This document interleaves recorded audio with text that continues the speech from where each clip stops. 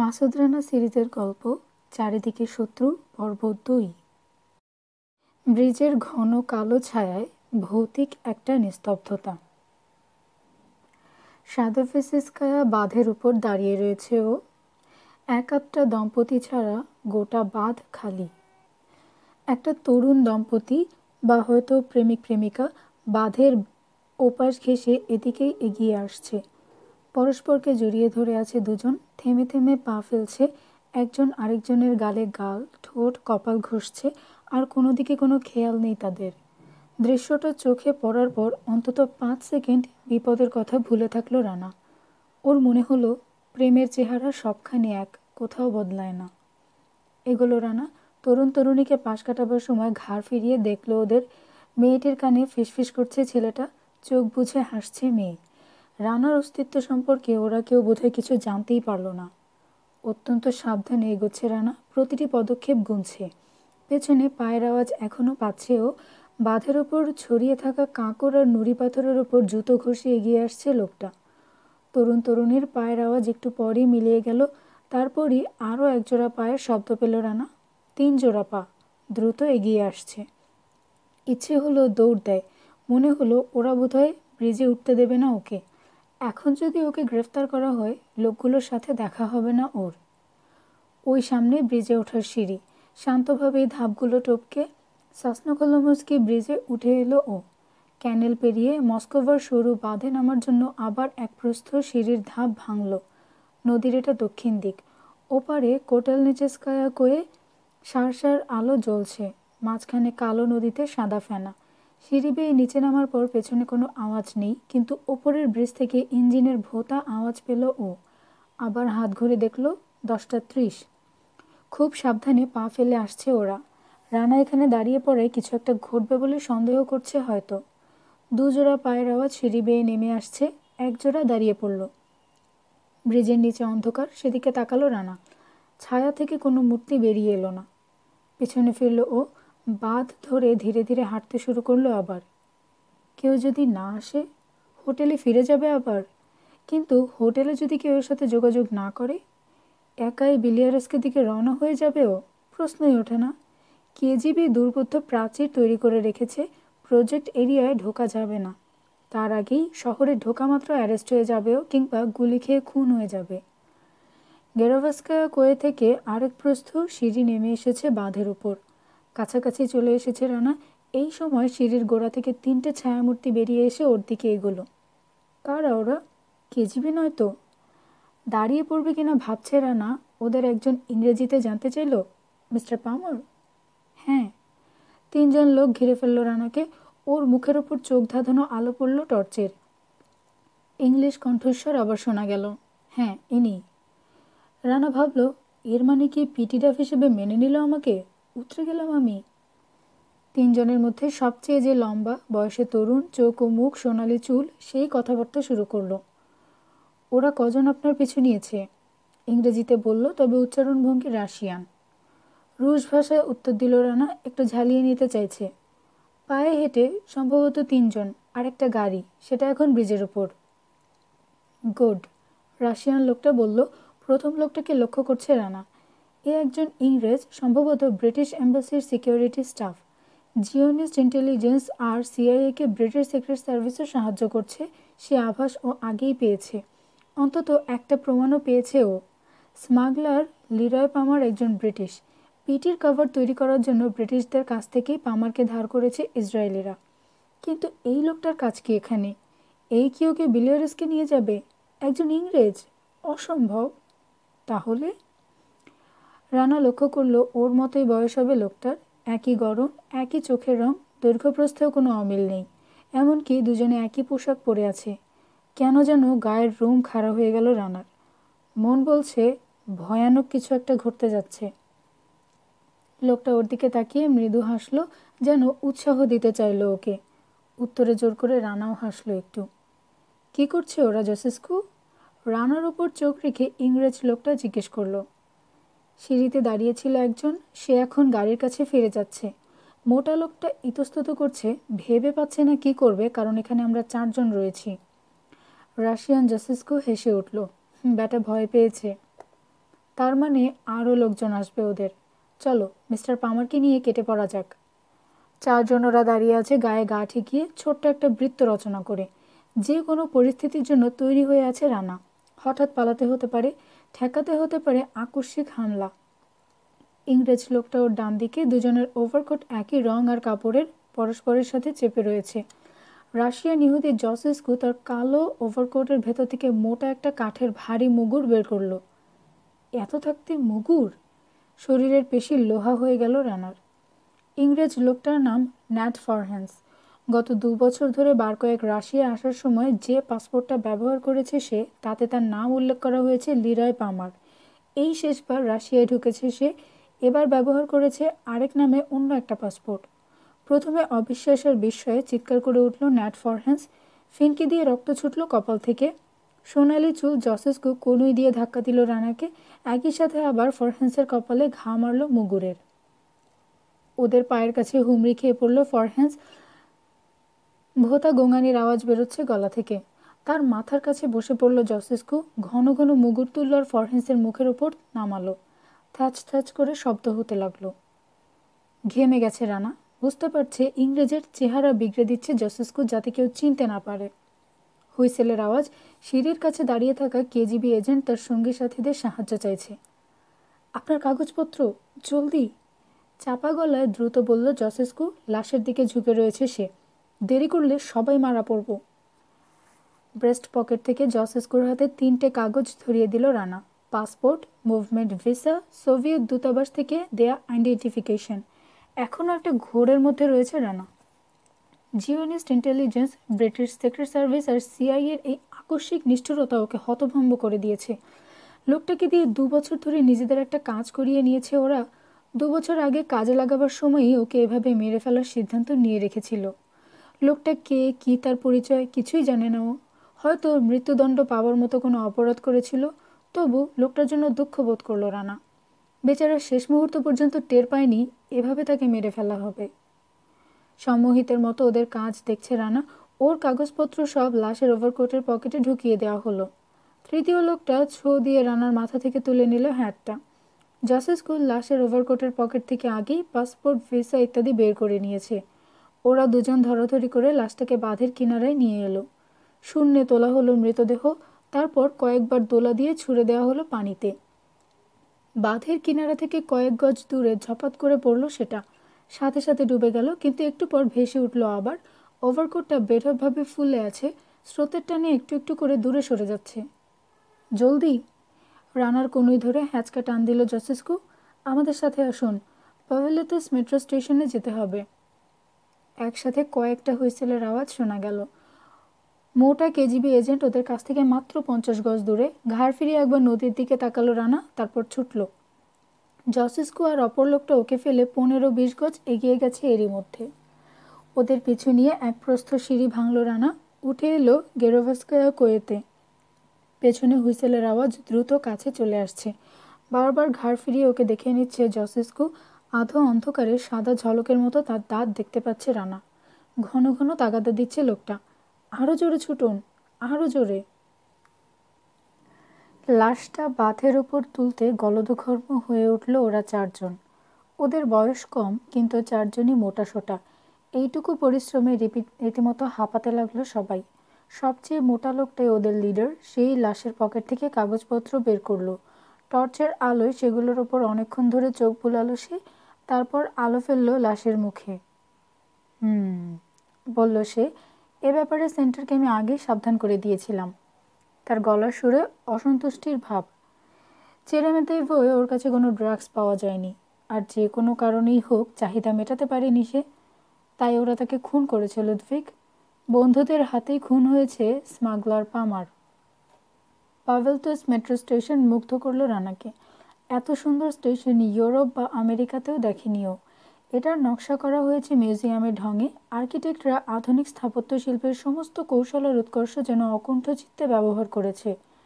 প্রায় গোটা স্টেশনে কাঁচ দিয়ে ঘেরা, প্ল্যাটফর্মের ধারে ফুল বাগান। বিশাল থামগুলো আসলে থাম নয়, এক একটা স্ট্যাচু। সংখ্যায় এত বেশি যে গুণে শেষ করা মুশকিল। মাথার ওপর 100 গজ উঁচুতে সিলিং, সার সার ঝাড়বাতি ঝুলছে সেখানে। চারদিক ঝকঝক তকতক করছে, একটা ছেঁড়া কাগজ বা সিগারেটের টুকরোও চোখে পড়ল না। দীর্ঘশ্বাস ফেলতে ফেলতে কালো টানেল থেকে বেরিয়ে আসা ট্রেনগুলোকে এই পরিবেশে একেবারেই বেমানান লাগলো। প্ল্যাটফর্মে লোকজন প্রচুর, একসাথে বেশি লোক ভিড় করে নেই, ছাড়া ছাড়াভাবে দাঁড়িয়ে ট্রেনের অপেক্ষা করছে সবাই।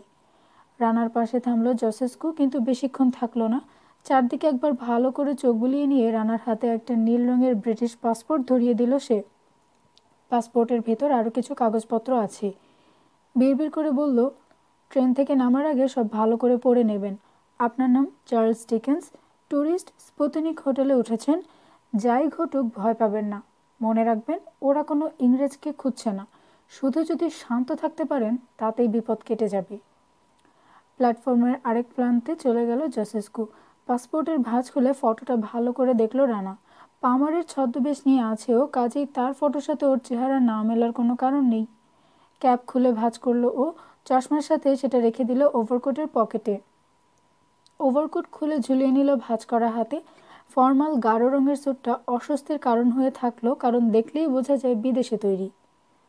কথাটা মনে হতেই চারিদিকে চোখ বুলালো একবার। যা ভেবেছিল, দু একজন রাশিয়ান ওর দিকে তাকিয়ে আছে। সামনের লাইনে একটা ট্রেন এসে থামলো। ওভারকোটটা কাঁধের উপর ফেলে এগুলো ও। ট্রেন ছাড়ার পর সিটের ওপর নড়েচড়ে বসে ঘাড় ফেরালো ও। দেখলো নির্লিপ্ত চেহারা নিয়ে জসেস্কু একটা খবরের কাগজ পড়ছে। লম্বা করে দেওয়া পা দুটো দুই সারি সিটের মাঝখানের প্যাসেজে বেরিয়ে আছে। অপর লোকটা এই কম্পার্টমেন্টে ওঠেনি। কিছুটা অস্বস্তিবোধের অভিনয় করতে হবে ওকে।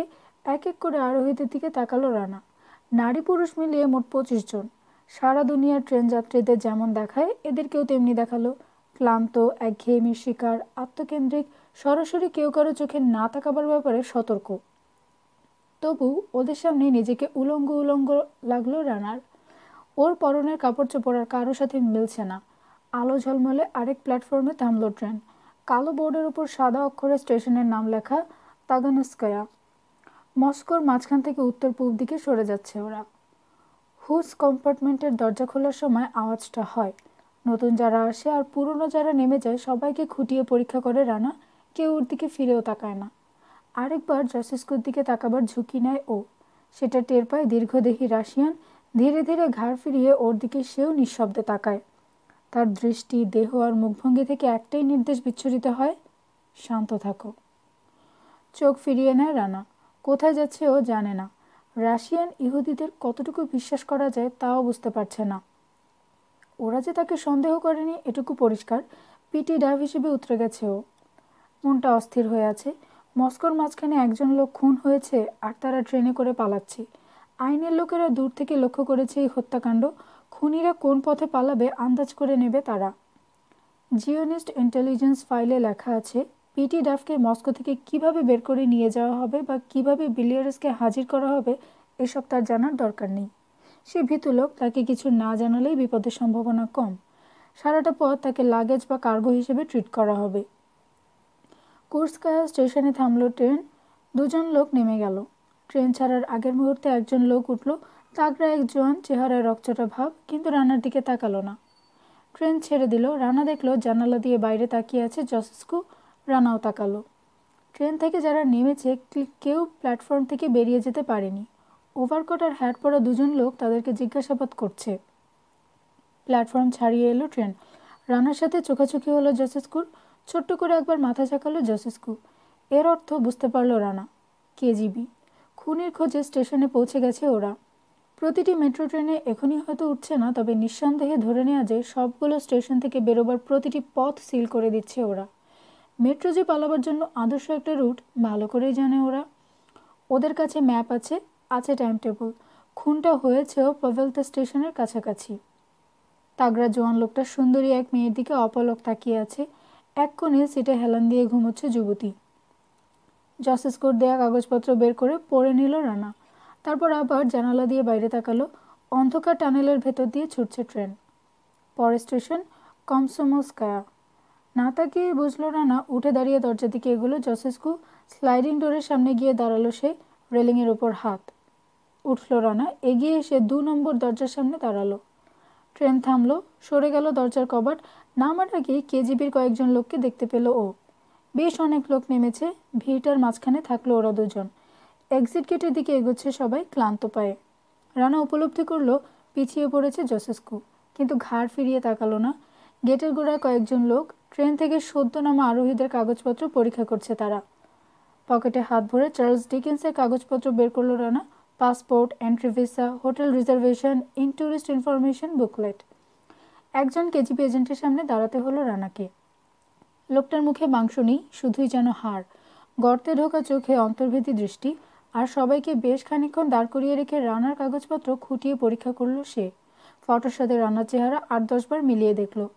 চার্লস ডিকেন্স মস্কোয় আসার পর 3 দিন আগে তার নামে যেসব কাগজপত্র ইস্যু করা হয়েছে সেগুলোও ভালো করে দেখল। মনে মনে ভাবছে রানা, স্পুতনিক হোটেলে সত্যি কি এই নামে কোনো লোক উঠেছে সেদিন? আপনাকে ম্লান দেখাচ্ছে মিস্টার ডিকেন্স, ইংরেজিতে মন্তব্য করলো এজেন্ট। হাসছে, মনে হলো কিছু সন্দেহ করেনি। খাওয়া দাওয়ার অনিয়ম, পেটটা ভালো যাচ্ছে না, বলল রানা। হাসলো ও। ফটোয় আপনি চশমা পরে রয়েছেন মিস্টার ডিকেন্স। পকেটে হাত চাপড়ালো রানা। আছে।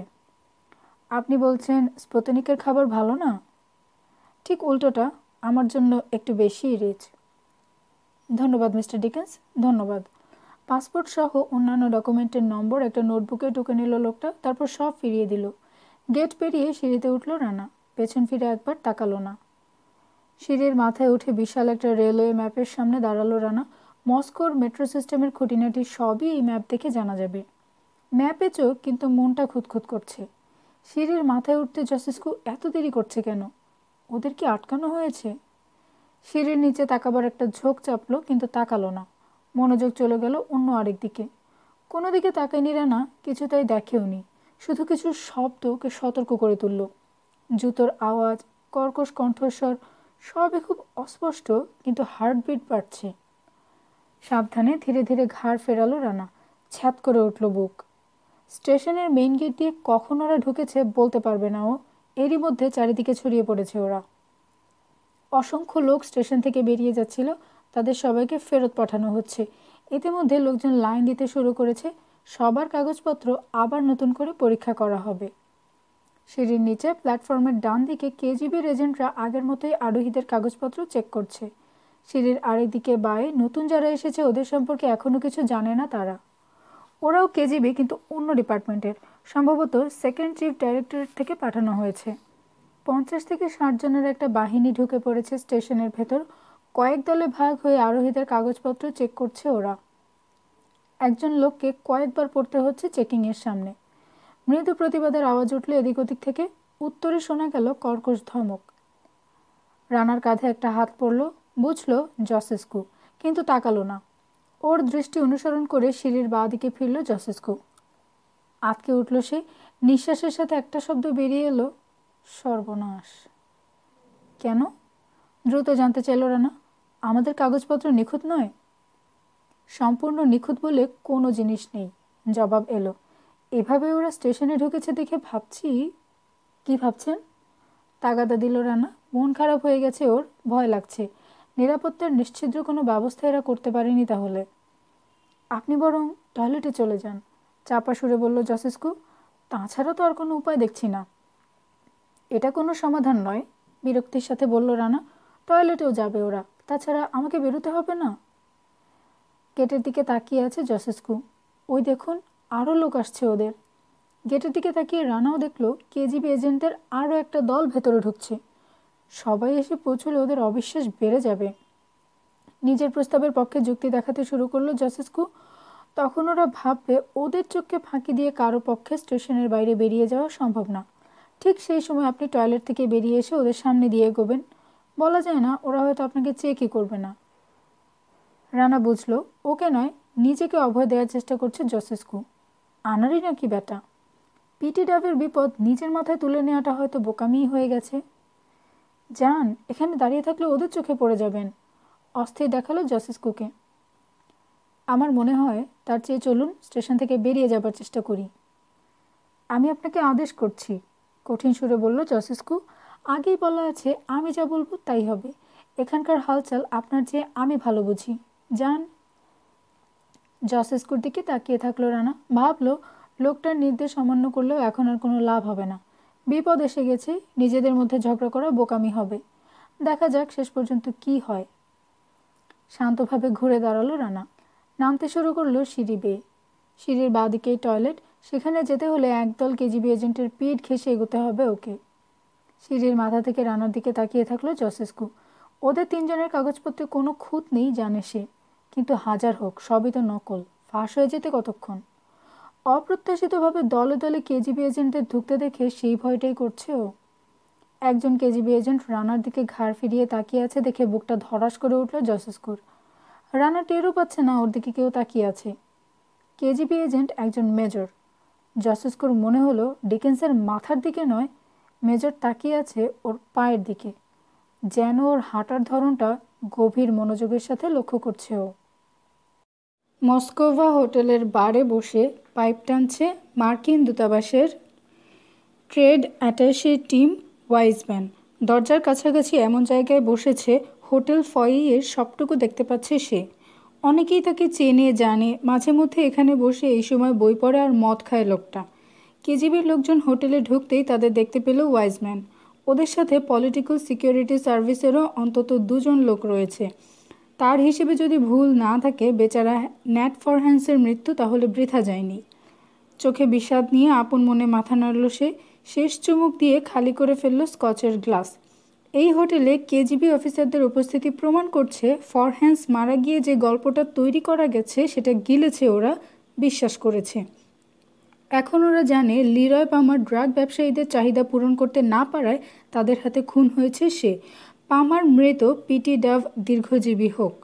স্মিত হেসে ওয়েটারকে ডাকলো সে, আবার তাকে স্কচ হুইস্কি দিয়ে গেল ওয়েটার।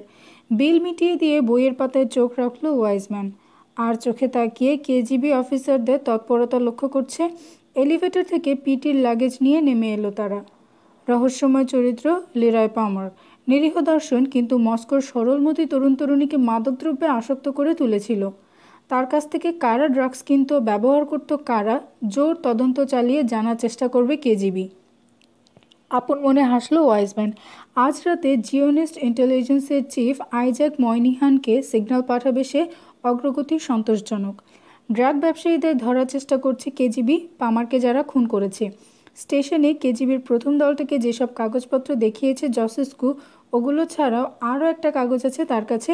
একান্ত ইমার্জেন্সি দেখা দিলে শেষ অস্ত্র হিসেবে এই কাগজটা ব্যবহার করবে সে। ওটা একটা রেড কার্ড, শুধু একজন কেজিবি এজেন্টের কাছে থাকতে পারে। নকল, তাই ওটা ব্যবহার করার কোনো ইচ্ছে নেই তার, কিন্তু স্টেশন থেকে বেরোনো যদি অসম্ভব হয়ে দাঁড়ায় তখন ব্যবহার না করে উপায়ও থাকবে না। যা আশঙ্কা করেছিল জসেস্কু তাই ঘটল। স্টেশনের গেট দিয়ে পিলপিল করে আরও কেজিবি এজেন্ট ঢুকলো। গত 5-7 মিনিটে 4-5 বার জায়গা বদল করেছে সে। হাবভাবে ফুটিয়ে তুলেছে ভালো মানুষের ছাপ। মেইন গেটে একটা ব্যারিয়ার খাড়া করেছে এজেন্টরা। স্টেশন থেকে বেরিয়ে অন্ধকার রাস্তায় পা দিতে হলে ওই ব্যারিয়ার টপকাতে হবে। স্টেশনে যারা ঢুকছে বা বেরিয়ে যাচ্ছে সবার কাগজপত্র কয়েক জায়গায় কয়েকবার করে পরীক্ষা করা হচ্ছে। 2-একটা মুখ চিনতে পারল জসেস্কু, এরা সবাই পলিটিক্যাল সিকিউরিটি সার্ভিসের লোক। টিম ও ওয়াইজম্যানের ফাইলে এদের চেহারা দেখেছে সে। বোধহয় এর মধ্যে আর কিছু নেই, পামারের খুনিকেই খুঁজছে ওরা। কাগজপত্র ঠিক নেই এই অজুহাতে বেশ কিছু লোককে গ্রেফতার করা হয়েছে। এক কোণে দাঁড় করিয়ে রাখা হয়েছে তাদের। গাড়িতে তুলে হেডকোয়ার্টারে নিয়ে যাওয়া হবে ইন্টারোগেট করার জন্য। পরিচয়কে একটা রেস্তোরাঁয় বসিয়ে প্যাটিসের কেক খেতে দেখল ও। ওর দরের 3 নম্বর লোক সে। পরিচয়ের ধরা পড়ার ভয় কম, কারণ তার কাছে নাইট ওয়াচম্যানের কাগজ যেটা রয়েছে সেটা নকল নয়। কেজিবি এজেন্টরা ওকে ঘন্টার পর ঘন্টা জেরা করলেও কিছু এসে যায় না। সমস্যা শুধু পিটি ডাফকে নিয়ে। ব্যাজ দেখে বোঝা যায় লোকটা কেজিবির একজন মেজর। রানার পায়ের দিকে তাকিয়েছিল। রানাকে ঢুকতে দেখেছে টয়লেটে। সেই থেকে টয়লেটের দরজার দিকে তাকিয়ে আছে সে, অপেক্ষা করছে রানা কখন বেরিয়ে আসে। কিছু একটা সন্দেহ করেছে মেজর, বুঝতে পারছে জসেস্কু। পিটির সাথে কথা বলেছে সে, মেজর নিশ্চয়ই সেটা দেখেনি। দেখলে তার দিকেও একাধবার তাকাতো। পিটির আচরণে একটু অবাকই হয়েছে জসেস্কু। ওয়াইজম্যান তাকে সাবধান করে দিয়ে বলেছিল পিটি লোকটা ভিতর ডিম, বিপদ দেখলে ঘাবড়ে যাবে। কিন্তু ঘটল ঠিক উল্টোটা। চারপাশে হঠাৎ করে এত কেজিবি দেখেও গা ঢাকা দিতে চায়নি সে। এখন যদি সাহস করে বেরিয়ে আসে আর ভয় না পায়, শেষ রক্ষা হতেও পারে। ওর কাগজপত্র নকল হলেও এত তাড়াতাড়ি ফাঁস হয়ে যাবার কথা নয়। ছ্যাদ করে উঠল বুক। কেজিবি মেজর অধৈর্য হয়ে উঠেছে, টয়লেটের দিকে এগোচ্ছে সে। ওকে বাধা দেওয়া দরকার, উপলব্ধি করলো জসেস্কু। কিন্তু কিভাবে? টয়লেটের দিকে পা বাড়ালো সে। পথরোধ করে দাঁড়ালো একজন অফিসার, মুখে বিনয় আর ভদ্রতার মুখোশাটা। আপনার পরিচয়পত্র কমরেড? মরশালা, মনে মনে অভিশাপ দিল জসেস্কু। পিটিডাভের ভাগ্য এখন তার নিজের হাতে। ইচ্ছে হলো কেজিবি অফিসারকে অগ্রাহ্য করে তাকে পাশ কাটিয়ে টয়লেটের দিকে এগোয়। না, চরম বোকামি হয়ে যাবে। অফিসারের চোখে চোখ রেখে হাসলো সে। ব্রেস্ট পকেট থেকে হাত ভরে বের করে আনলো আইডেন্টিটি কার্ড। ক্লজেট থেকে বেরোতে যাচ্ছিল রানা, বাইরে পায়ের আওয়াজ পেয়ে পাথর হয়ে গেল। বুট, তার মানে কেজিবি। আওয়াজটা এগিয়ে এসে ওর ক্লজেটের সামনেই থামলো। নক হলো দরজায়। এই যে, কে আছেন ভেতরে? রুড়ো কণ্ঠস্বর, ইংরেজিতে জানতে চাইল। কাগজ দেখান, তাড়াতাড়ি। আমি মানে অসুবিধা আছে, ভেতর থেকে বলল রানা। ইংরেজ? জানতে চাইল মেজর। স্টেট সিকিউরিটি, আপনার কাগজ দেখতে চাই প্লিজ। আপনি কি একটু অপেক্ষা করতে পারেন না? ঠিক আছে, বলল মেজর, বেশি দেরি করবেন না। রোল থেকে কাগজ ছিঁড়ল রানা, চেইন টেনে ল্যাবরেটরিতে পানি ঢাললো। কোমরের বেল্ট খুলে বাকল নাড়াচাড়া করলো, আবার লাগালো ওটা। তারপর বোল্ট খুলে বেরিয়ে এলো ক্লজেট থেকে। লোকটাকে চিনতে পারল না রানা, কিন্তু চেনা চেনা লাগলো। তার মুখের ভাব আর চোখের কৌতূহল দেখে বুঝলো কেজিবি মেজরও সন্দেহে ভুগছে, তারও চেনা চেনা লাগছে ওকে। একদৃষ্টে তাকিয়ে আছে রানার মুখে। আপনার কাগজ প্লিজ। রানার সামনে হাত পাতল মেজর। টান টান হয়ে আছে পেশি, সতর্ক চোখে রানার প্রতিটি নড়াচড়া লক্ষ্য করছে। আপনি কি অসুস্থ নাকি ভয় পেয়েছেন? আমাকে চিনে ফেললে এই লোককে খুন করতে হবে আমার, ভাবল রানা। না, পেটের ট্রাবল। রানার হাত থেকে ছো দিয়ে কাগজগুলো নিল মেজর। বারবার পাসপোর্টের ফটো রানার মুখ দেখল। হঠাৎ লোকটাকে চিনতে পারল রানা। বছর 3 আগে পোল্যান্ডের এক অখ্যাত শহরে এই লোকের সাথে হাতাহাতি হয়েছিল ওর। স্রেফ সন্দেহের বশে সারাটা দিন পিছু লেগেছিল মেজর। বিরক্ত হয়ে একসময় ঘুরে দাঁড়ায় রানা। প্রথমে তর্ক, তারপর হাতাহাতি। নাকে ঘুষি খেয়ে জ্ঞান হারিয়েছিল মেজর। আপনার কাগজপত্র ঠিক নেই। এটা একটা ফাঁদও হতে পারে, ভাবল রানা। হাসল সে, বলল, তা হতেই পারে না। কিন্তু মুখের কথাই শেষ করতে পারল না ও। দেখল কাগজগুলো কোটের পকেটে ভরছে মেজর। এর মানে কি? কঠিন সুরে জিজ্ঞেস করলো ও। পকেট থেকে হাত বের করলো মেজর। রিভলভার থেকে মনে মনে প্রমাদ গুনল রানা। আপনাকে গ্রেফতার করা হলো মেজর মাসুদ রানা। এরপরে আর কিছু বলার থাকে না। রানাকে চিনে ফেলেছে মেজর। শুধু গ্রেফতার করেই ক্ষান্ত হবে না, কেজিবি হেডকোয়ার্টারে নিয়ে গিয়ে ঘন্টার পর ঘন্টা ইন্টারোগেট করা হবে ওকে। তারপর পাঠিয়ে দেওয়া হবে সেন্ট্রাল জেলে। মিথ্যে পরিচয় দিয়ে সোভিয়েত রাশিয়া ঢোকার অপরাধে 6 মাস থেকে 6 বছরের জেল হতে পারে ওর। আর যদি প্রমাণ করতে পারে সোভিয়েত রাশিয়ার ক্ষতি করার প্ল্যান ছিল ওর, মৃত্যুদণ্ড পর্যন্ত হতে পারে। বিসিআই বিদায়, মাতৃভূমি বিদায়। Air king. কাজ ঝাঁকালো রানা, চেহারায় অসহায় ভাব ফুটিয়ে তুলল। বলল, চিনে ফেলেছ তাই না? কিসে ধরা পড়লাম বলো তো? সবচেয়ে যেটা বেশি চিনি, তোমার হাঁটার ধরন, বলল মেজর, সারা মুখে আত্মতৃপ্তির হাসি। তারপর গলার সুর, সবশেষে চোখ। এই চোখ একবার দেখলে ভোলা যায়? হাসছে বটে, কিন্তু রিভলভারটা তাক করে আছে রানার বুকে। চলো, হেডকোয়ার্টারে বসে গল্প করা যাবে। নাকে একটা আঙুল ঘষল সে। এই নাকেই ঘুষিটা মেরেছিল রানা। আবারও মারল ও। চোখে অন্ধকার দেখল মেজর, কিন্তু ট্রিগার টেনে দিতে দেরি করলো না। খালি চেম্বারে হ্যামার পড়ল। ছিটকে টাওয়েল ক্যাবিনেটের গায়ে বাড়ি খেল সে। তার উপর ঝাঁপিয়ে পড়ল রানা। সেফটি ক্যাচ অফ করার চেষ্টা করছে মেজর। নাগালের মধ্যে তার রিভলভার ধরা হাতের কবজিটা শুধু পেল রানা। অপর হাত দিয়ে উন্মাদের মতো টান দিল টাওয়েল। মেজরের চওড়া কবজি পিছলে বেরিয়ে যাচ্ছে রানার মুঠো থেকে। হাঁটু দিয়ে তার পেটে একটা গুঁতো মারল ও। হুশ করে বাতাস বেরোলো মেজরের মুখ থেকে। ক্যাবিনেটের দেয়ালে ঢলে পড়ল সে। বিশাল একটা টাওয়েলের লুপ রানার হাতে চলে এলো। মেজরের মাথায় সেটা গলিয়ে দিয়ে টানল রানা। মেজরের মুক্ত হাতটা টাওয়েল ধরে টানাটানি শুরু করলো। চোখ দুটো বিস্ফোরিত হয়ে গেল তার। মনে হলো কোটর ছিঁড়ে বেরিয়ে আসবে। টাওয়েলটা মোচড়াচ্ছে রানা, সেই সাথে টানছে। দূর থেকে একটা আওয়াজ ভেসে এলো। পর মুহূর্তে ঘাড়ে প্রচণ্ড এক রদ্দা খেল রানা। ঘুরল রানা, চোখে আগুন নিয়ে তাকিয়ে আছে জসেস্কু। মাই গড, কাকে পাঠিয়েছে ওরা? নিজের কপালে চাপড় মারল জসেস্কু। ও কেজিবি, আপনি একজন কেজিবি মেজরকে খুন করে ফেলেছেন। জসেস্কুর উত্তেজনা আর ভয় রানাকে যেন স্পর্শও করল না। মেজরের দিকে তাকালো ও, আধা জিভ বেরিয়ে পড়েছে লোকটার, চোখ দুটো কোটরের বাইরে বেরিয়ে এসে কিনারায় ঝুলছে যেন। ও আমাকে চিনে ফেলেছিল, শান্ত সুরে বলল রানা। এছাড়া কোনো উপায় ছিল না। লাশটা তাড়াতাড়ি সরিয়ে ফেলার ব্যবস্থা করুন। হাঁ করে তাকিয়ে থাকলো জসেস্কু। এই লোককে ভিতর ডিম বলার মানে কি? কেজিবি অফিসারকে মেরে ফেলেও বিচলিত হয় না, আবার তাকে হুকুম করে। লাশটা টেনে একটা ক্লজেটে ঢুকালো জসেস্কু, নিজেও ঢুকলো, ভেতর থেকে বন্ধ করে দিল দরজা। খানিক পর জানতে চাইল, নিরাপদ? হ্যাঁ, বলল রানা। ক্লজেট থেকে বেরিয়ে এলো জসেস্কু। ওর পকেট থেকে টাকা পয়সা সব বের করে নিয়েছি। দেখে যেন মনে হয় ডাকাতি করার উদ্দেশ্যেই মারা হয়েছে ওকে। ধন্যবাদ। ঘন ঘন ঢোক গিলল জসেস্কু। এখানে আর এক মুহূর্তও নয়, হয়তো এরই মধ্যে মেজরের খোঁজ পড়ে গেছে। এখনই বেরিয়ে সোজা ব্যারিয়ারের দিকে এগোবেন আপনি। 2-3 জায়গায় দাঁড় করানো হতে পারে আপনাকে। ভয়? জানি, ভয় পাবেন না আপনি, কচু জানেন। বলে ঘুরে দাঁড়ালো রানা, শান্ত পায়ে বেরিয়ে এলো টয়লেট থেকে।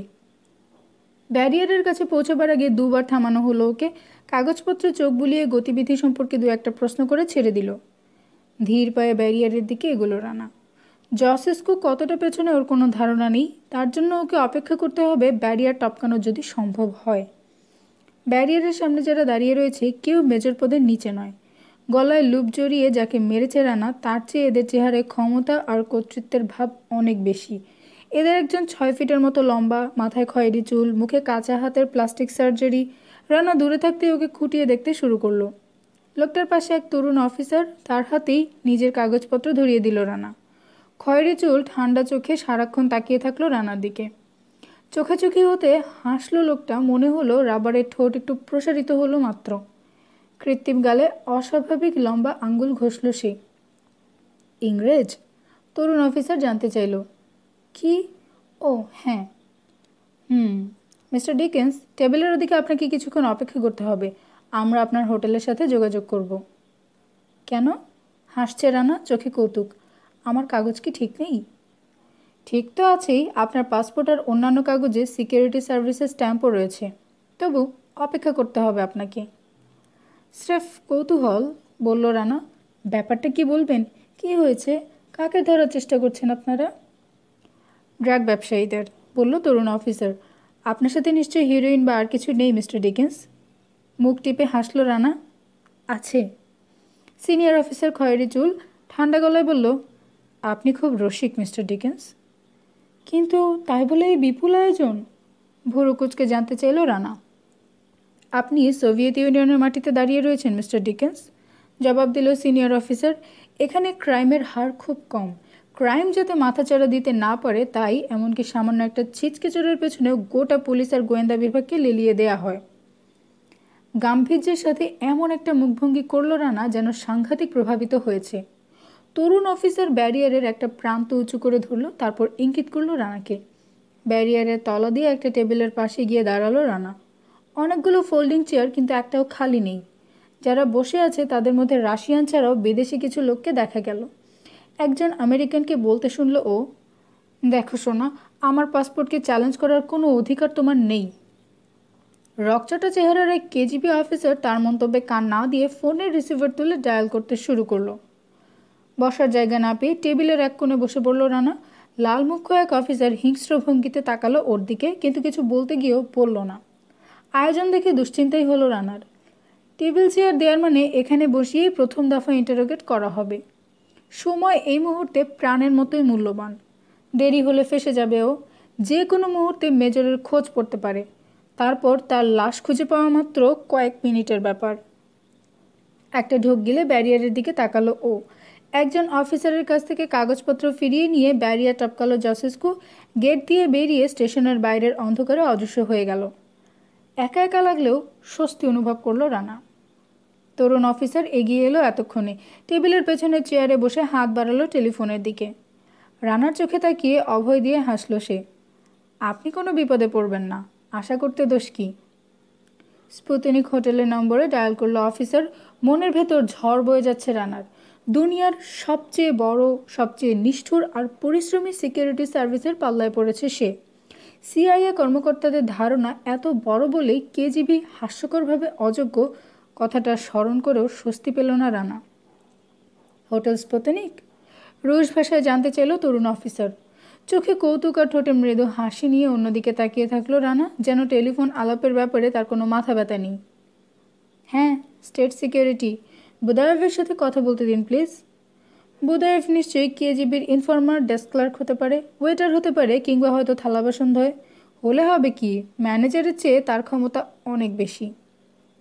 বেশ অনেকক্ষণ অপেক্ষা করার পর অপর প্রান্তে বুদায়েভকে পেল তরুণ অফিসার। বুদায়েভ, এখানে একজন ট্যুরিস্ট রয়েছেন, মিস্টার চার্লস ডিকিন্স। 308 নম্বর রুম বুক করেছেন উনি। হ্যাঁ, ওকে তুমি জানো। বলো তাহলে, ভদ্রলোক কেমন দেখতে? মিস্টার ডিকিন্স, প্লিজ আমার দিকে তাকান। ধন্যবাদ। হ্যাঁ বলো বুদায়েভ। হ্যাঁ হ্যাঁ আচ্ছা, উনি ওখানে নেই বলছো? এরপর আবার বেশ খানিকক্ষণ অপেক্ষা। অফিসারের দিকে তাকিয়ে আছে রানা। জিওনিস্ট ইন্টেলিজেন্স আর সিআইএকে ধন্যবাদ দিচ্ছে মনে মনে। গুড। টেলিফোনে বলল অফিসার। ধন্যবাদ বুদায়েভ, গুড বাই। পাসপোর্ট সহ অন্যান্য কাগজ ফিরে পেল রানা। ধন্যবাদ মিস্টার ডিকিন্স, আপনাকে যদি দেরি করিয়ে দিয়ে থাকি সেজন্য আমরা দুঃখিত। আপনি যেতে পারেন। সিনিয়র অফিসারকে পাশ কাটাবার সময় লোকটাকে হাসতে দেখল রানা। প্লাস্টিক সার্জারির কারণে তার মুখের একটা পাশ নড়ে চড়ে না, বিভৎস লাগলো হাসিটা। বাইরে বেরিয়ে আসতে চারদিক থেকে ছেঁকে ধরলো কনকনে ঠান্ডা। গায়ে বাতাস লাগতে টের পেল রানা শরীরটা ঘামে ভিজে রয়েছে ওর। চারদিকে তাকালো ও। খুব গাঢ় ছায়া থেকে বেরিয়ে আসতে দেখলো জসেস্কুকে। খুব যে একটা খুশি হলো রানা তা নয়, এদের উপর কতটা ভরসা করা যায় এখনও বুঝতে পারছে না ও। চমৎকার, সামনে এসে বলল জসেস্কু। আপনার সাহসের আমি তারিফ করি, কিন্তু অনেক সময় নষ্ট হয়েছে। খানিক পর রাস্তায় থাকাটাই বিপজ্জনক হয়ে উঠবে, যত নিখুঁত কাগজই থাক সাথে। আপনি আমার আগে আগে যান, কিরফ স্ট্রিট ধরে। স্টেশন এলাকা পেরিয়ে যাবার পর আমরা আবার এক হব। কোন দিকে যাচ্ছি দেখাবো আপনাকে, ঠিক আছে তো? ভোর অন্ধকারে ওদের দুজনকে গ্রেফতার করা হলো। দুজনেই সংসারী মানুষ। মীরা প্রসপেক্ট এলাকায় শ্রমিকদের বহুতল ভবনের 17 আর 19 তলায় দুটো ফ্ল্যাটে থাকে। জসেস্কু আর পর্চয়ের সহকারী এরা। কেজিবির খাতায় অনেক দিন হলো এদের নাম টোকা আছে। ওদেরকে গ্রেফতার করতে এলো মেজর রোমানভ। কাঁচা ঘুম থেকে তুলে নিয়ে নিচে নামানো হলো দুজনকে। গাড়িতে তোলা হলো। দাজাজিনস্কি স্ট্রিট কেজিবি হেডকোয়ার্টারের দিকে রওনা হয়ে গেল গাড়ি। নিজের গাড়িতে উঠে মেজর রোমানভ তার লোকদের নির্দেশ দিল, কাজে যখন হাত দিয়েছি এসো শেষ করি। সার্ভেইলেন্স টিমকে অর্ডার দাও, ওয়্যারহাউসে ঢুকে পড়ুক। জসেস্কুকে চাই আমি। ধরে হেডকোয়ার্টারে নিয়ে যেতে বলো ওকে। ঘটাং করে ভ্যানের দরজা খুলে ভেতরে ঢুকলো জসেস্কু। ঘুম ভেঙে গেল রানার। ক্যাবের ঠিক পেছনে একটা মোটা কম্বলের ওপর শুয়ে আছে ও। উঠে বসে হাই তুলল, আড়মোড়া ভাঙল, তারপর হাতের উল্টো পিঠ দিয়ে খুব করে রগড়ালো চোখ দুটো। ভ্যানটা রয়েছে একটা ওয়্যারহাউসের ভেতর।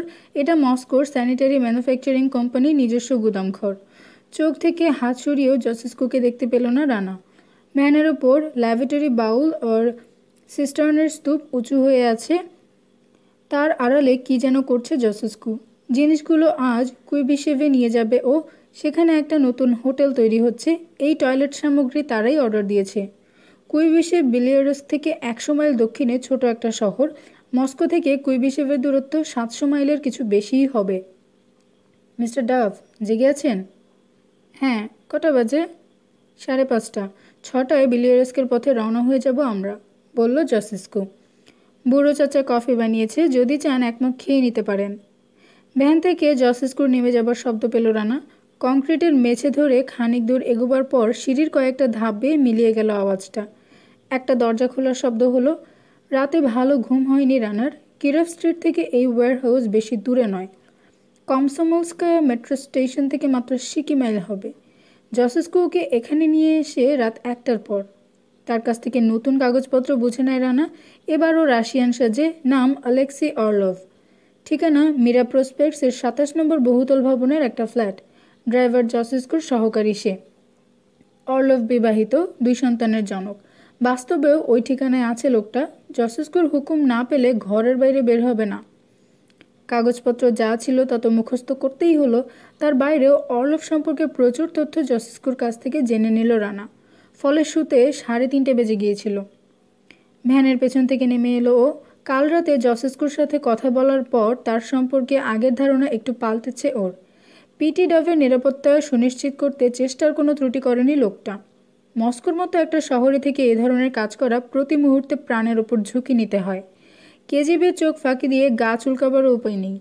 এই পরিস্থিতিতে কয়েক সেট পরিচয়পত্র জোগাড় করা অসাধ্য সাধনই বলতে হয়। লোকটার সাথে কথা বলে আরও একটা ব্যাপার উপলব্ধি করেছে রানা। রাশিয়ানদের প্রতি তার বিজাতীয় একটা ঘৃণা রয়েছে। লোকটার ব্যক্তিগত দু একটা কথাও জেনে ফেলেছে রানা। বিড়বিড় করে বলে ফেলেছে ওয়্যারহাউসের নাইট গার্ড বুড়ো চাচা। জসেস্কুর স্ত্রীও ইহুদি, বছর 7 হলো জেল খাটছে।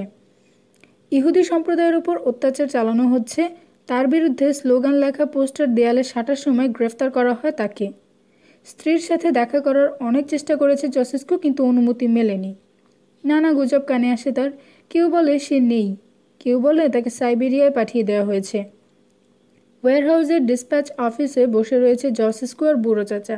মাত্র সকাল হচ্ছে, স্টাফরা এখনই কেউ আসবে না। ভেজানো দরজা ঠেলে ভেতরে ঢুকলো রানা। মুখ তুলে তাকালো জসেস্কু। তাকালো, তাকিয়েই থাকলো।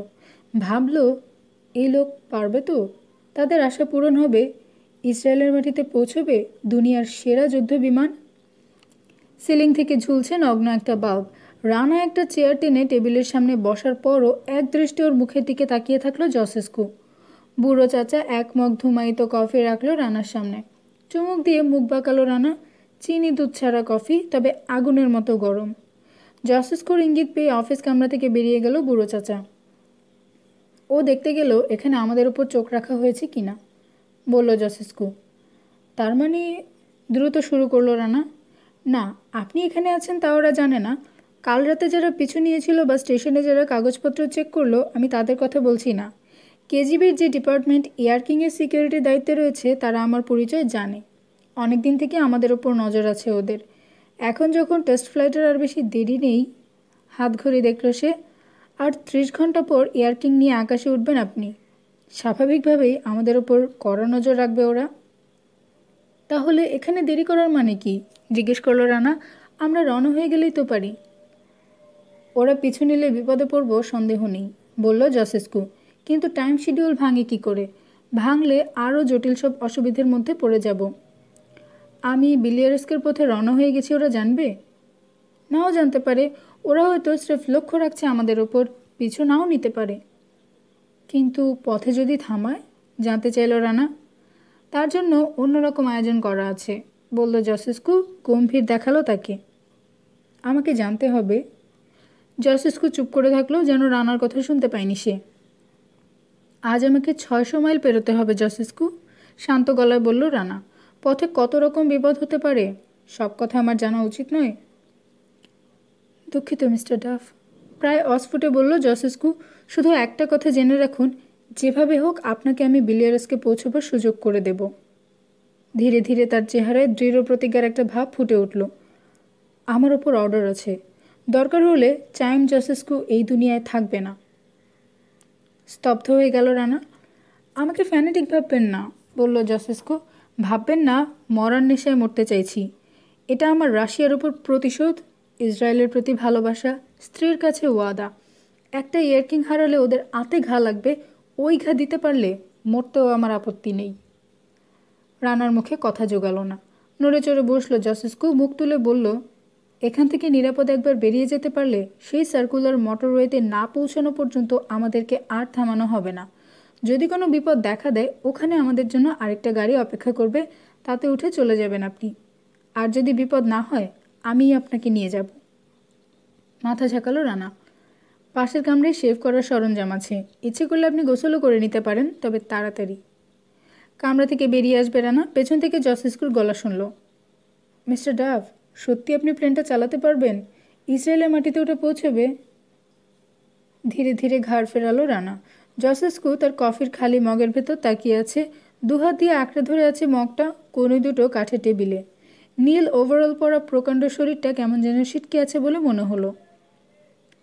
পারবো, বলল রানা, তবে ইসরায়েলে নিয়ে যেতে পারবো কিনা আমাকে জিজ্ঞেস করবেন না। জানি, গোটা সোভিয়েত প্রতিরক্ষা ব্যবস্থার বিরুদ্ধে লড়তে হবে আপনাকে। ফোঁস করে একটা দীর্ঘশ্বাস ফেলল জসেস্কু। তারপর ক্ষীণ একটু হাসি দেখা গেল তার ঠোঁটের কোণে। কিন্তু আমি তবু আশাবাদী, কারণ জানি এয়ার কিংকে বাধা দেওয়ার মতো কিছু নেই ওদের হাতে। পাশের কামরায় চলে এলো রানা। কাল রাতে জসেস্কু ওর চুল কেটে দিয়েছে, মাথাটা ধুয়ে নিল ও, তারপর দাড়ি কামালো। তৈরি হয়ে অফিস কামরায় ফিরে দেখলো বেরিয়ে পড়ার জন্য এক পা হয়ে আছে জসেস্কু। বুড়ো চাচা উকি দিল একবার, বিড়বিড় করে কিছু বলে আবার চলে গেল। বাইরে এসে গেছে ওরা, বলল জসেস্কু, তার চেহারায় চাপা উত্তেজনা। কজন ওরা? একটা গাড়িতে 3 জন। বুড়ো চাচা আগেও ওদের দেখেছে। বিলিয়ার্ডস সিকিউরিটি টিমেরই অংশ ওরা।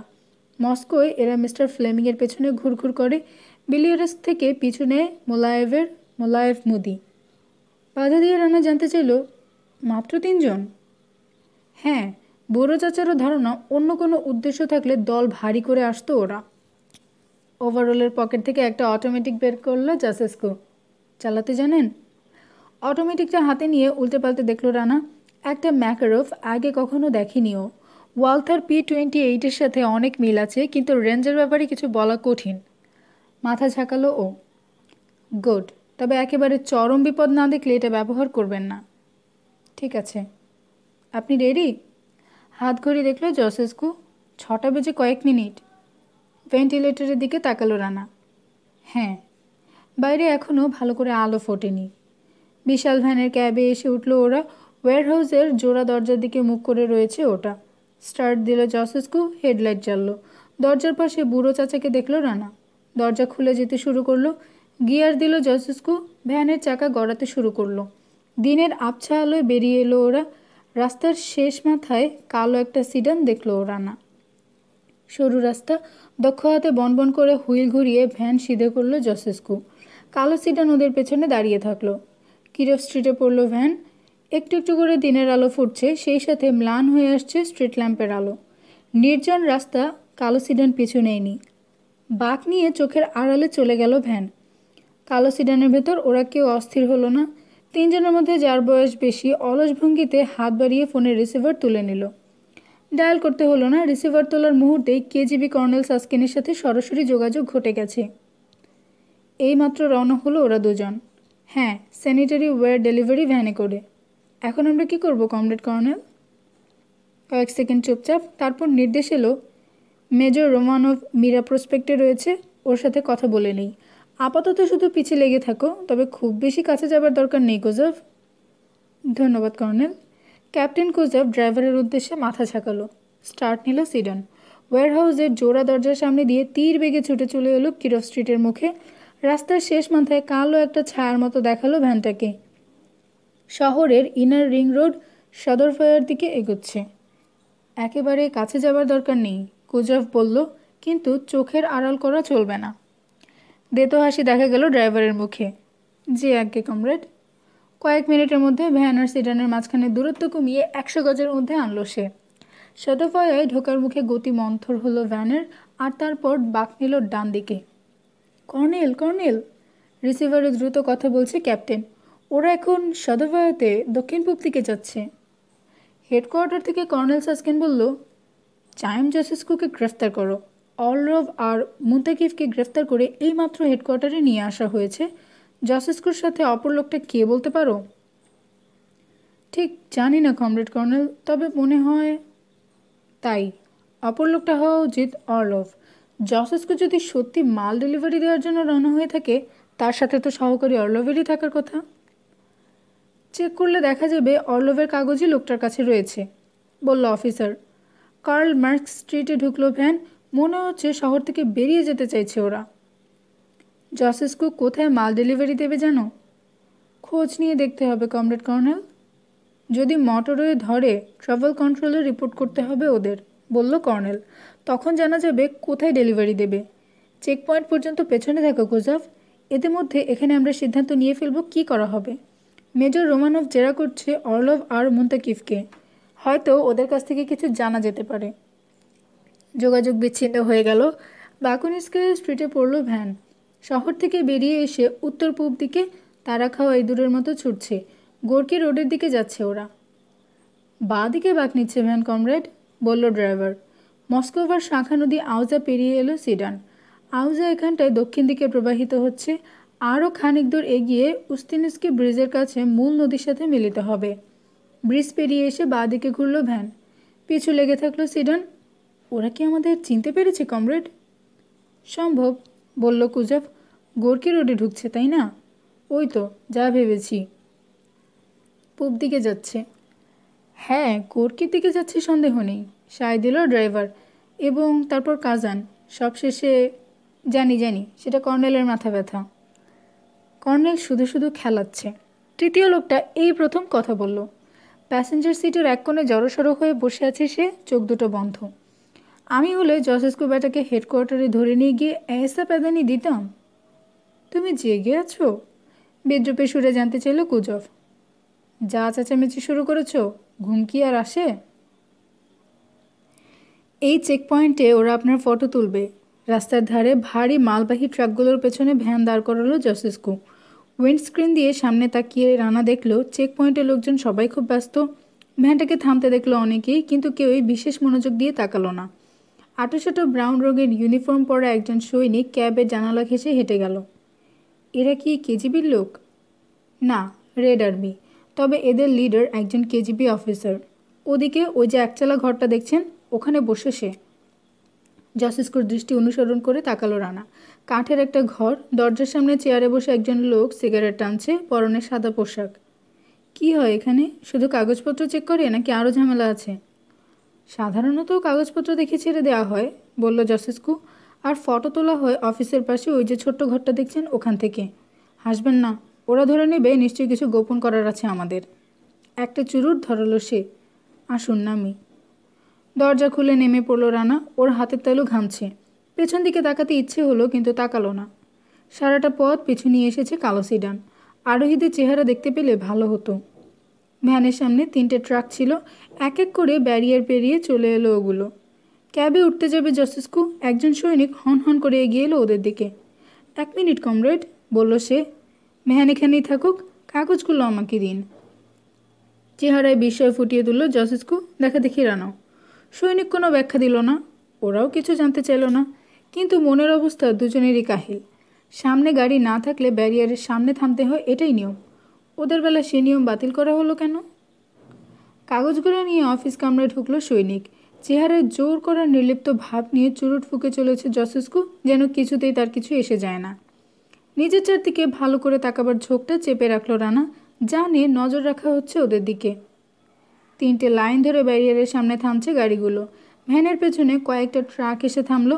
একজন সৈনিকের নির্দেশে ভ্যানকে পাশ কাটিয়ে ব্যারিয়ারের দিকে এগোলো ট্রাক ড্রাইভাররা। বিশাল কংক্রিটের পিলারের মাথায় চওড়া মোটরওয়ে ওদের মাথার ওপর। ট্রাফিকের একটানা গমগমে আওয়াজ আসছে। সিডানের একজন লোক এইমাত্র অফিসে ঢুকলো, বিড়বিড় করে বলল জসেস্কু। গাড়িটা কোথায় দেখেছেন? আপনার ধারণা পালাতে হতে পারে? জানতে চাইল রানা। মাথা নাড়ল জসেস্কু। মনে হয় না, এখনও ওদের কাছে আপনার কোনো গুরুত্ব নেই। গ্রেফতার করলে আমাকে করবে। ওই, আমাদের কাগজ ফিরে আসছে। কংক্রিটের উপর দিয়ে গটগট করে হেঁটে এলো সৈনিক। তার হাত থেকে কাগজ নিয়ে চোখ বুলালো জসেস্কু। সেই গোর্কি পর্যন্ত মেইন রোড ধরে ভ্রমণ করতে পারবে ওরা, লিখিত অনুমতি সহ সিল মেরে দিয়েছে। গোর্কিতে পৌঁছে নতুন পারমিট দরকার হবে ওদের, পূব দিকে কাজান পর্যন্ত যাবার জন্য। তারপর কাজান থেকে কুইবিশিভ যেতে হলে আরেকটা পারমিট লাগবে। কাগজগুলো ধরিয়ে দিয়ে ফিরে যাচ্ছে সৈনিক। চুরুট ফেলে জুতো দিয়ে মারালো জসেস্কু। উঠে পড়ল ক্যাবে। অফিসের দরজা দিকে একবারও না তাকিয়ে তার পিছু পিছু রানাও ভ্যানে চড়ল। স্টার্ট দিল জসেস্কু। হেলে দুলে এগুলো ভ্যান। লাল আর সাদা রঙের ব্যারিয়ার উঠে গেল আকাশের দিকে। ব্যারিয়ারের পর রাস্তাটা ঢালু হয়ে নেমে গোর্কি যাবার মোটরওয়েতে পড়েছে। লাঞ্চ খাবো গোর্কিতে আর চা খাবো কাজানে, নাকি ইসরায়েলিরা চা খায় না? মুচকি মুচকি হাসছে জসেস্কু। পেছনে আছে ওরা? উইং মিররে তাকালো জসেস্কু। নেই, এবার হয়তো অন্য কোনো গাড়ি পাঠাবে। কিছু এসে যায় না। কেজিবি আতঙ্কিত নয়, পিছু নিয়েছে স্রেফ কৌতূহলে। তবে আপনার পরিচয় সম্পর্কে নিশ্চিত হবার চেষ্টা করবে ওরা। আমি অর্লভ, ওরা বিশ্বাস করছে না। এখনও হয়তো করছে, বলল জসেস্কু। কিন্তু আপনার ফটো স্টেট হাইওয়ে মিলিশিয়ার রেকর্ড অফিসে পৌঁছলে গোলমাল বেঁধে যাবে। অর্লভের ফটোর সাথে মিলবে না ওটা। কখন পৌঁছবে? আজ বিকেলে। তখন ওরা জানতে চাইবে আসলে আপনি কে। রাস্তা থেকে গ্রেফতার করে হেডকোয়ার্টারে নিয়ে যাবে? স্বাগতোক্তি করল রানা। হয়তো, কিন্তু বিলিয়ারেস্কের ওরা ভারী আত্মবিশ্বাসী। আশা করতে দোষ কি, আমাদের নিয়ে অপেক্ষার খেলা খেলবে ওরা। চিন্তার কিছু নেই, যখন যেখানে থামছি বা থামবো সবখানে আপনার নিরাপত্তার জন্য বিকল্প ব্যবস্থা করা আছে। ওরা যদি রাস্তার কোথাও থামায় আমাদের, নিজেদের জন্য বিপদ ডেকে আনবে। তৃপ্তির হাসি দেখা গেল জসেস্কুর মুখে। রবার্ট হিউমকে গম্ভীর, শোকাহত এবং বিষণ্ণ দেখালো। ন্যাট ফরহেন্স ওরফে লিরয় পামার ওরফে চার্লস ডিকেন্সের লাশ শনাক্ত করার পর রুমালে বের করে শুকনো চোখ মুছল সে। ব্রিটিশ দূতাবাসের ট্রেড অ্যাটাশে হিউম মস্কো পুলিশের অনুরোধে এই মর্গে লাশটা শনাক্ত করতে এসেছে। ক্ষতবিক্ষত নাকমুখ, চেহারা চেনা যায় না। মস্কো পুলিশের ইন্সপেক্টর বাজারনিক হিউমের পাশেই দাঁড়িয়ে রয়েছে। অনেকক্ষণ একদৃষ্টে তাকিয়ে থাকার পর হিউম মাথা ঝাঁকালো। লাশ চিনতে তার কোনো অসুবিধে হলো না। চার্লস ডিকেন্সের পরিচয় নিয়ে রাশিয়ায় ঢুকেছিল এই লোক। আসল নাম ন্যাট ফরহেন্স। বছর দুয়েক ধরে বার কয়েক লন্ডন মস্কো আসা যাওয়া করেছে লিরয় পামার নামে। কে এই লোক, চিনতে পারছেন মিস্টার হিউম? ঠান্ডা সুরে জানতে চাইল ইন্সপেক্টর বাজারনিক। হ্যাঁ বলে দাঁত দিয়ে নিচের ঠোঁট কামড়ালো হিউম, যেন শোক সামলাবার চেষ্টা করছে। যতদূর বুঝতে পারছি এ মিস্টার লিরয় পামারের লাশ। ইন্সপেক্টরের দিকে ফিরল সে। লাশের গায়ে মাথায় একটা কম্বল চাপা দিল ইন্সপেক্টর। আপনার কোনো ভুল হচ্ছে না তো মিস্টার হিউম? শ্রাক করল হিউম। কী করে? মিস্টার পামার একজন ব্যবসায়ী ছিলেন, আর আমি আপনার দেশে ব্রিটিশ ট্রেড অ্যাটাশে মস্কো এলে আমার সাথে দেখা না করে ফিরতেন না উনি। চেহারাটা ক্ষতবিক্ষত, তার কারণ আমি আন্দাজ করতে অপারগ, কিন্তু ভদ্রলোককে চিনতে না পারার কোনো কারণ নেই। ধন্যবাদ। চেহারা, তার ব্যবসায়ী বন্ধুরা নিশ্চয়ই চেয়েছে ওকে যেন কেউ চিনতে না পারে। কিন্তু কেন? আমারও তো সেই প্রশ্ন, কেন? বিমূঢ় দেখালো হিউমকে। কিন্তু ইন্সপেক্টর বাজারনিকের হাফ হাফ খুঁটিয়ে লক্ষ্য করছে সে। এই লোককে সে চেনে না, কিন্তু হলপ করে বলতে পারে কাপড় চোপড়ে যাই হোক, লোকটা আসলে কেজিবি। ইউনিভার্সিটি থেকে সদ্য পাশ করা মেধাবী গ্র্যাজুয়েটরা ইদানিং কেজিবিতে ঢুকতে শুরু করেছে। বাজারনিক তাদেরই একজন। এ নিয়ে আলোচনা করে লাভ নেই, হাসি মুখে বলল বাজারনিক। আমাদের পেশার ধর্ম এই, অনেক কিছু জেনেও না জানার ভান করতে হয়। আপনার আমি নিন্দা করছি না মিস্টার হিউম, শুধু বাস্তব পরিস্থিতি ব্যাখ্যা করছি। দুঃখিত ইন্সপেক্টর, আপনাকে আমি সাহায্য করতে পারলাম না। দেশে ব্যাপারটা নিয়ে দারুণ হইচই হবে। মস্কোর পানিও যথেষ্ট ঘোলা হবে, বলল ইন্সপেক্টর। বাদ দিন, যা হবে তা তো হয়েছি। আসুন, এরপর আপনাকে ভদকা অফার না করা হলে অন্যায় করা হবে। বিজয়ের হাসি গোপন করে মর্গ থেকে বেরিয়ে এলো হিউম। তাহলে কে এই লোক? ঠান্ডা গলায় জানতে চাইল কর্নেল সাস্কিন। তার হাতে রানার একটা ফটো। চেক পয়েন্টে ভ্যানের পাশে দাঁড়িয়ে রয়েছে রানা। ফটোটা মেজর রোমানভ আর ক্যাপ্টেন কুজোভের নাকের সামনে নাড়ল কর্নেল। তোমরা কেউ কিছু বলতে পারছো না?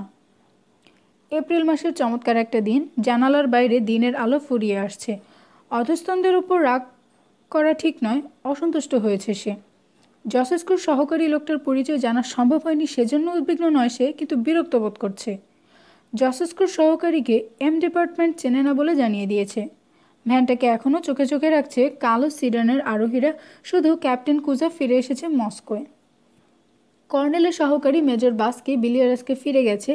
বিলিয়ারেসকের চিফ সিকিউরিটি অফিসার মিখাইল রাভিকের জন্য নিয়ে গেছে নতুন একটা তথ্য। জসেস্কু আর তার অজ্ঞাতনামা সহকারী বিলিয়ারেসকের দিকেই এগোচ্ছে। আমরা জানি না কমরেড কর্নেল, বলল রোমানভ। অধস্তনদের উপর চোটপাট করা কর্নেলের স্বভাব নয়, কিন্তু কেন? এই ফটো তো আমরা ঘন্টা কয়েক আগেই পেয়েছি। আমরা চেক করছি কমরেড কর্নেল।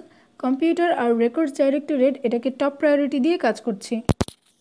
কেন? ওরা কেন? বিস্মিত দেখালো কর্নেলকে। আমরা সন্দেহ করছি, বলল ক্যাপ্টেন কুজভ, লোকটা বিদেশি এজেন্ট।